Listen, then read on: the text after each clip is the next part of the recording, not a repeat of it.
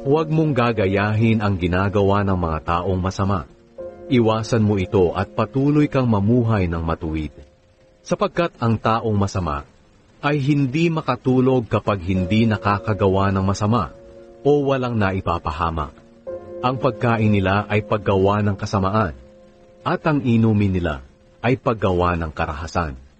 Ang pamumuhay ng taong matuwid ay parang sikat ng araw na lalong nagliliwanag habang tumatagal. Pero ang pamumuhay ng taong masama ay parang kadiliman.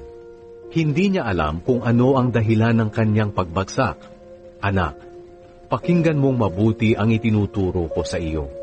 Huwag mo itong kalilimutan, kundi ingatan sa puso mo, sapagkat magbibigay ito ng malusog na katawan at mahabang buhay sa sino mang makakasumpong nito.